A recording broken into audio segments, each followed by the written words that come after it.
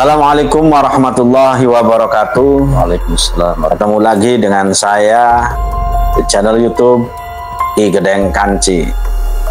Teman-teman, selamat malam buat semuanya penonton channel YouTube Ki Gedeng Kanci. Alhamdulillah pada malam hari ini kita kedatangan tamu spesial yang sangat luar biasa. Seorang ulama muda, beliau namanya Kiai Sata. Kiai Sata punya cerita terkait dengan cerita horor. Oke, teman-teman, sebelum kita menyaksikan cerita dari Kiai Sata, kita ngopi dulu, Bray. Ngopi dulu, Bray. Bismillah. Biar nggak oleh.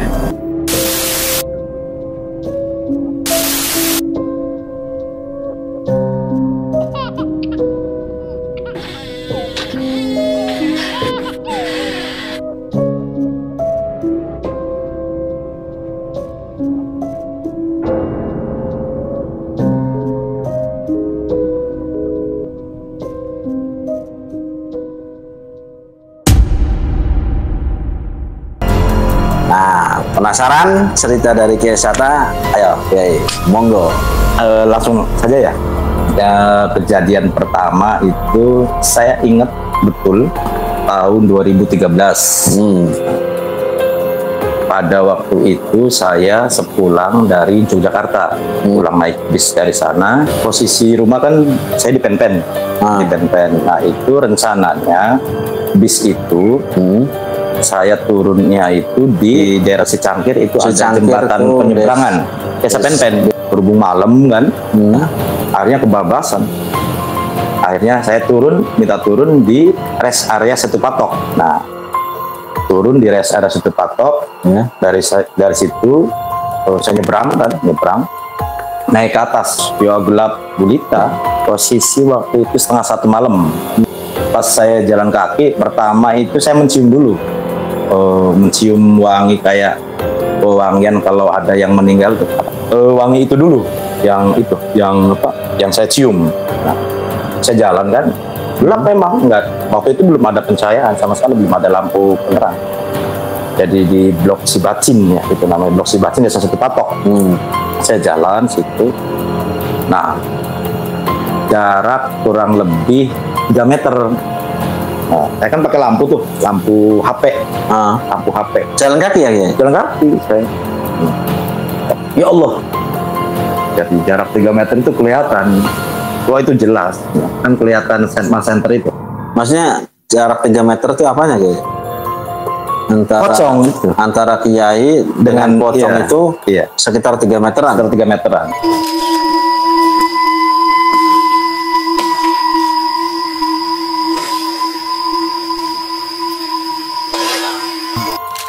Jadi ya saya sebisa-bisa bacaan terus jalan, tapi nggak ngilang-ngilang tuh. Masuk kelihatan iya. Sampai saya di depannya. Nah di depan itu kan dia posisinya nggak terlentang, dia berdiri. Nah, saya nggak lari juga percuma, artinya gelap gulita, takut nabrak apa. Ya, saya beraniin aja. Jadi yang jelas saya yakin itu ya mungkin ya makhluk, sejenis makhluk apa namanya, demit atau apalah.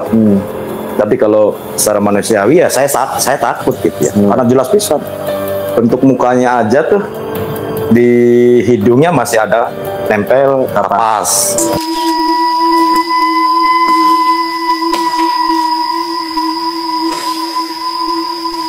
Tapi waktu itu merinding gak, Kiai? Ya merinding mas, merinding.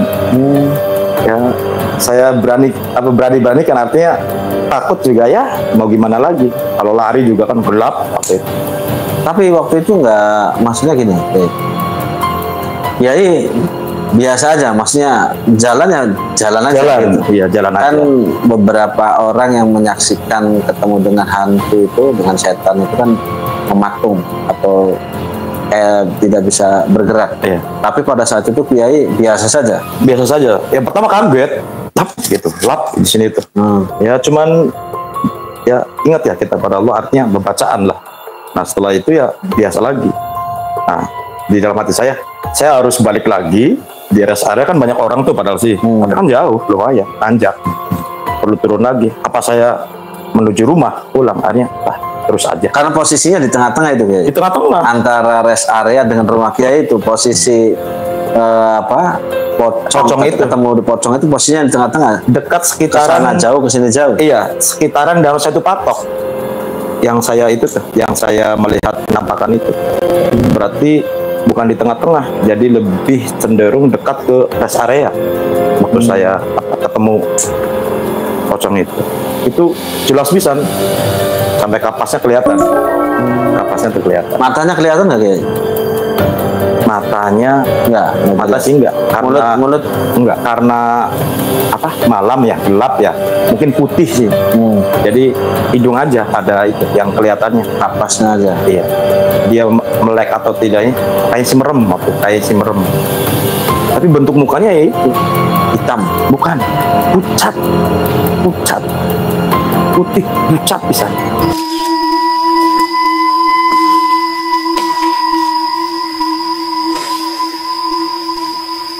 Nah, saya yakin itu demit, apa namanya, jadi sampai, saya kan nggak lari, jarak 1 meter tuh, saya jalan, dia 1 meter di situ tuh, kelihatan banget karena saya pakai senter HP. Jadi sampai kakinya tuh, yang dibuntel itu, itu ngelampreh kena angin tuh, iya, kibir. Artinya posisinya nggak nempel ke tanah itu. Iya, nganggang, maksudnya tuh, iya, di atas tanah tuh nganggang. Sampai saya lewatin, saya sempat ngelirik gini tuh, masih itu nggak hilang. Karena bukan saya aja yang pernah menjumpai hal yang seperti itu, banyak warga sekitar juga di sekitaran situ tuh. Itu di mana Kiai? Di sekitaran Danau Satu Patok, namanya sekitar Siwok. Di situ kan ada tempat wisata tuh. Iya. Siwok. Jadi daerah Sibacin namanya. Jadi seru ini masyarakat sekitar juga melihat penampakan itu. Memang angker tempatnya berarti ya? Iya. Jadi alhamdulillah setelah saya jalan melihatin nggak hilang-hilang, ya bacaan bisa-bisa lah. Akhirnya saya alhamdulillah sampai. Itu kira-kira durasinya berapa menit kan Kiai? Tidak hilang itu? Dari saya ketemu, sejak lihat sampai dengan Kiai Abai itu 3 menitan. Lama juga ya? Lama. Saya itu jalan Mas. Kenapa nggak dipeluk waktu itu? Waduh, janganlah.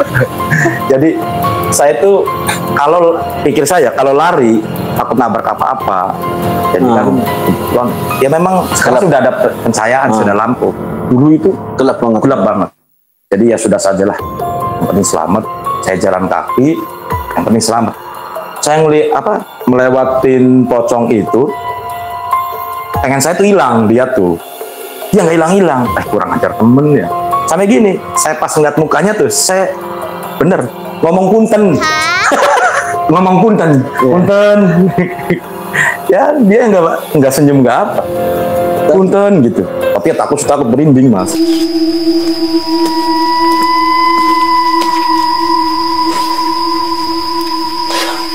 Tapi ada nggak perasaan dalam pikiran Kiai itu, misalkan orang yang ngeprank misalkan? Nggak, saya yakin itu didemit karena kalau orang ya nakut-nakutin, ya nepak tanah, injak tanah, itu enggak jelas pisan. Jadi kalau pocong kan dibuntel ya, kata orang Cirebon bilang itu dibuntel. Jadi bawahnya tuh ya, itu sisa kainnya tuh angin tuh yang ngewer-ngewer. Jadi bukan orang. Jadi saya juga pikir itu mungkin orang nakut-nakutin atau apa gitu ya. Makanya dilihat di bawahnya. Iya, pas jelas bisa sampai bawah. Karena saya kan jalan nggak berani kencang jalan, sambil memperhatikan, takut gini sih Mas. Nggak saya perhatikan, takut belum nanti kan. Alhamdulillah enggak. Ya takut ini kan tiba-tiba loncat ke punggung Kiai, bisa meluk saya, bahaya. Itu yang ini Kiai waktu lihat, maksudnya sebelum lihat pocong, pernah nggak dengar cerita-cerita yang berkembang di sekitar masyarakat. Habis itu tempatnya angker tuh. Sering. Tapi kenapa Kiai maksa pulang tuh? Jalan satu-satunya. Jalan pulang satu-satunya. Karena sebenarnya kalau mobil busnya enggak masuk tol, itu kan bisa lewat Bandengan. Ada alternatif lagi. Dari Bandengan saya naik ojek, atau dari Mundu saya naik ojek. Itu enggak masuk tol, itunya apa? Busnya.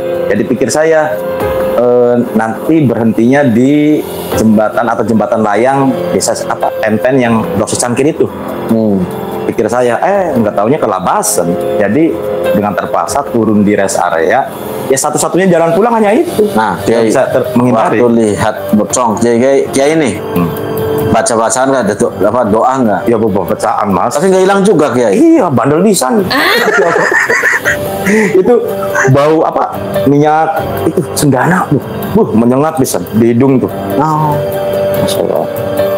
Waktu pas lihat itu. Iya, Kiai sebelum melihat pocong padahal sudah sering mendengar. Kalau di sekitar itu angker. Sering. Tapi maksa. Padahal kan bisa nginep juga di rest area. Jangan. Posisi masih setengah satu. Atau misalkan minta antar ke tukang ojek. Waktu itu belum musim Grab ya, Kiai? Belum. Terus juga belum ada juga ya? 2013 ya? Nggak ada. Jadi Grab belum ada, terus ojek juga ya susah sih. Jadi satu-satunya jalan pulang ya jalan kaki.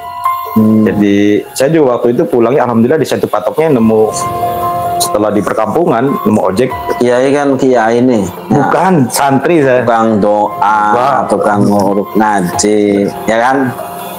Nah waktu itu dalam pikiran Kiai, tenang aja saya Kiai, setan pada takut. Kayak gitu Kiai. Enggak. Tapi buktinya lihat juga ya. Tetap kita jadi setan itu tidak lihat itu Kiai, tidak lihat itu preman ya. Kalau pengen narsis ya narsis aja kayak gitu. Betul. Dan buktinya saya ya manusiawi ya, artinya takut sih enggak. Ya takut ada. Merinding tuh dari sini. Tapi ya Mas, termasuk ya kayak luar biasa lah lihat. Berarti kan radius yang paling dekat itu kan 1 meter ya? 1 meter sampai saya jalan lewat depan. Punten tuh. Saya ngomong punten. Sampai bilang punten itu kan jaraknya 1 meter. Kalau misalkan tiba-tiba itu kan kalau roboh sedikit aja udah nempel ke Kiai. Iya. Bahasa tinju. Maksud saya gini. Kenapa waktu itu Kiai nggak melipir aja yang agak jauh tuh? Atau jalannya memang setapak ya? Jalannya kecil Mas, bukan jalan raya yang 3 meter itu.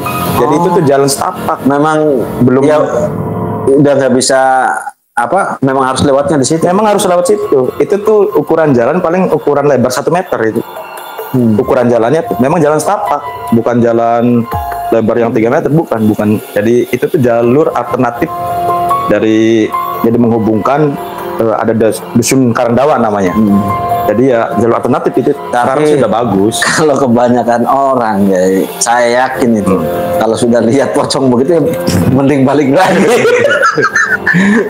Jadi ya ini termasuk ya nantang gitu kalau kata pocongnya sih. Pikir saya kalau balik lagi saya cerita ke itu kan ada orang kerja ya ada pom sih di atas areanya. Ya nggak bakalan mau nganter saya. Jadi ya percuma lah. Ada saya beranikan jalan aja udah. Ya alhamdulillah selamat. Berarti Kiai ini lolos kekiaiannya ini. Pedih Mas. Takut cerita-cerita ya pocongnya tuh ke teman-temannya. Kiai penakut nanti ditakutin lagi. Iya. Jadi esoknya kan saya langsung cerita tuh. Itu tahun 2013. 2013 pas lagi masa pencalonan kubu di desa. Malam apa Kiai? Enggak, sebelum hari pencoblosannya. Enggak, hari apa? Ingat nggak? Senin, Selasa. Lupa kalau. Bukan malam Jumat. Bukan malam Jumat. Ya artinya kalau bukan malam Jumat berarti setan itu bisa muncul kapan saja dan di mana saja kayaknya. Iya. Betul. Jadi tidak harus malam Jumat. Kan orang kalau dengar hari Jumat pasti kan dikaitkannya dengan cerita-cerita yang begitu.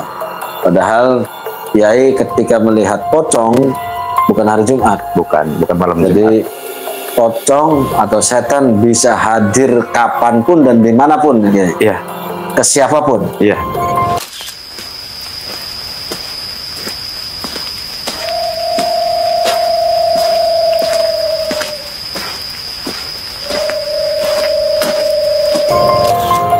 Oke, pocong tahun 2013. Kemudian yang kedua lihat apa ya semacam buta itu bukan, nah bentuknya bukan hijau ya. Pocong itu sebentar ya, pocong itu tingginya normal sekitar atau kalau pocong normal sekitar, normal setinggi saya, tinggian dikit lah. Iya, maksudnya normal seperti manusia, seperti normal manusia lah. Seperti manusia kalau pocong. Kalau yang kedua itu gede, tinggi, besar. Kalau yang kedua, kira-kira berapa meter gitu? Antara 7 sampai 8. 7-8 meter.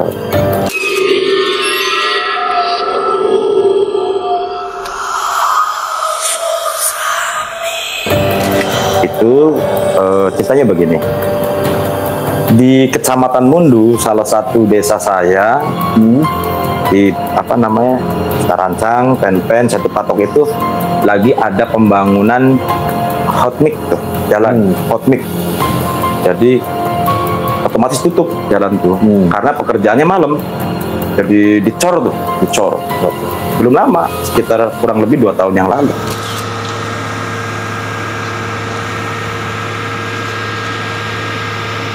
dua. Nah, saya itu sepulang dari kota Cirebon. Sepulang dari kota Cirebon, ingat aja jamnya 1:30 malam. Nah, kalau lagi nggak dicor sih, kita banyak alternatif menuju desa saya. Narancang atau Penpen tuh. Dari Satu Patok bisa kan, Perumnas. Dari Bandengan, Kudu Mesigit, Luwung itu ya bisa. Nah, ini kan posisi ditutup, Mas, karena pekerjaannya malam. Ya itu juga lagi berangkatnya lewat situ memang. Lewat Sinarancang, belakang gunung tuh. Satu Patok, nanti tembusnya ke makam Mbah Soleh. Nanti Penggung tanah. Nah, lagi berangkatnya. Nah, pulangnya juga saya lewat situ lagi. Nah, posisi itu gerimis kecil, alhamdulillah. Tapi sorenya pasnya saya lagi waktu nyampe di kota itu memang hujan, sempat hujan. Nah, pas pengen saya mau pulang, itu gerimis kecil tapi ya.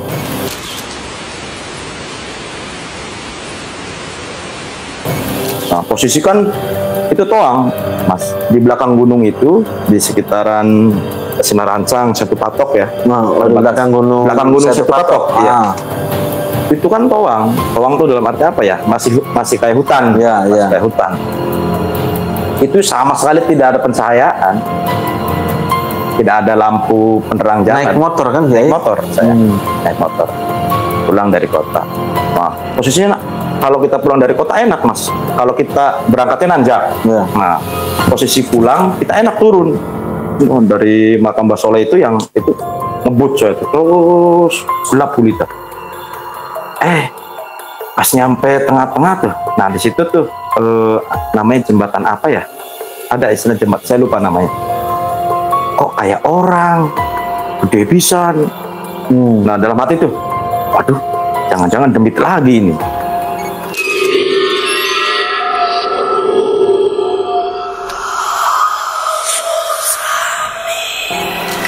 Saya tuh mau apa, kalau saya berhenti atau belok khawatir saya jatuh.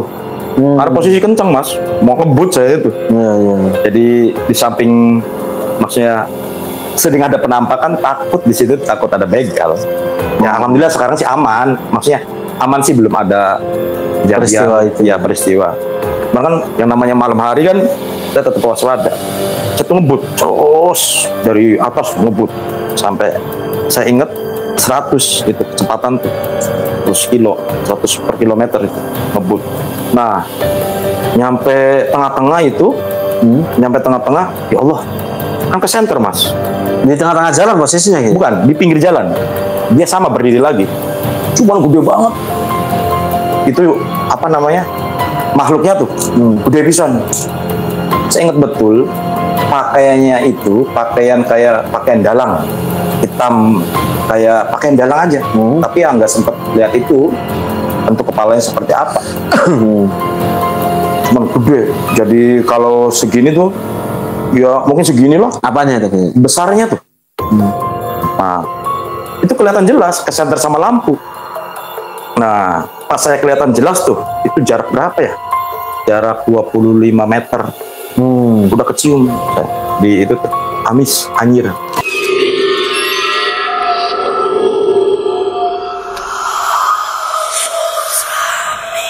Waduh, mana nih? Ya, saya bacaan. Artinya, saya kalau berhenti belok juga takut jatuh.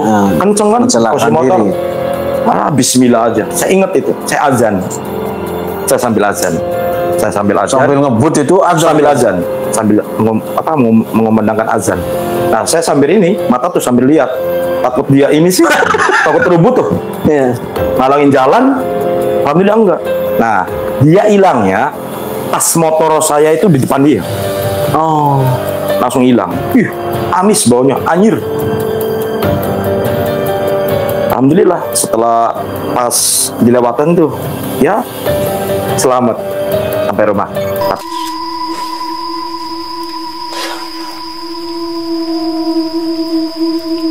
Ini Kiai, kalau digambarkan, kira-kira masih jelas nggak bentuk mukanya, kepalanya? Jelas? Kalau mukanya karena tinggi sih ya, nggak jelas ya? Nggak jelas. Kalau muka yang jelas sih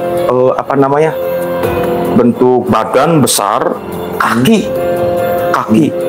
itu Pak, kakinya kelihatan besar kayak raksasa.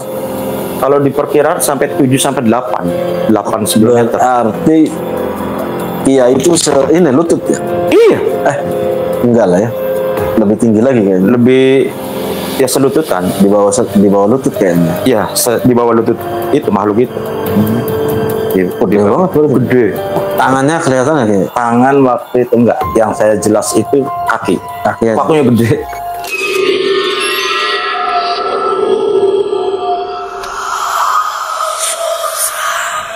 Pakai sendal nggak? Atau pakai sepatu? Enggak.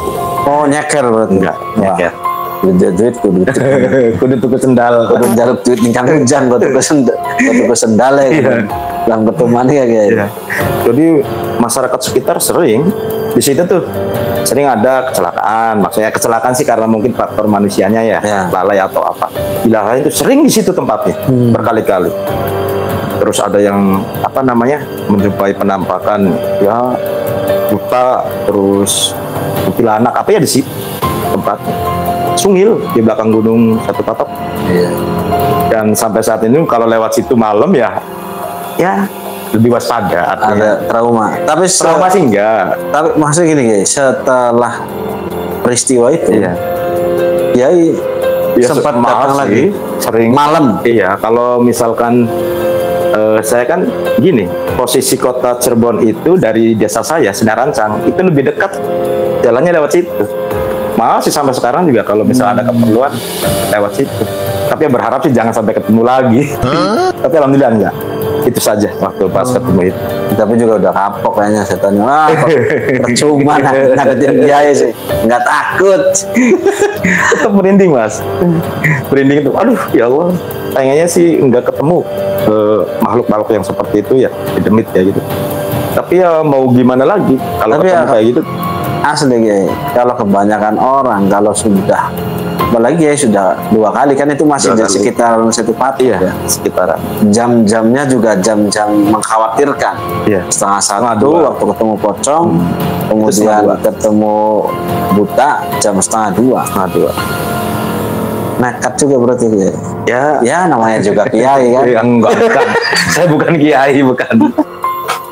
Saya santri.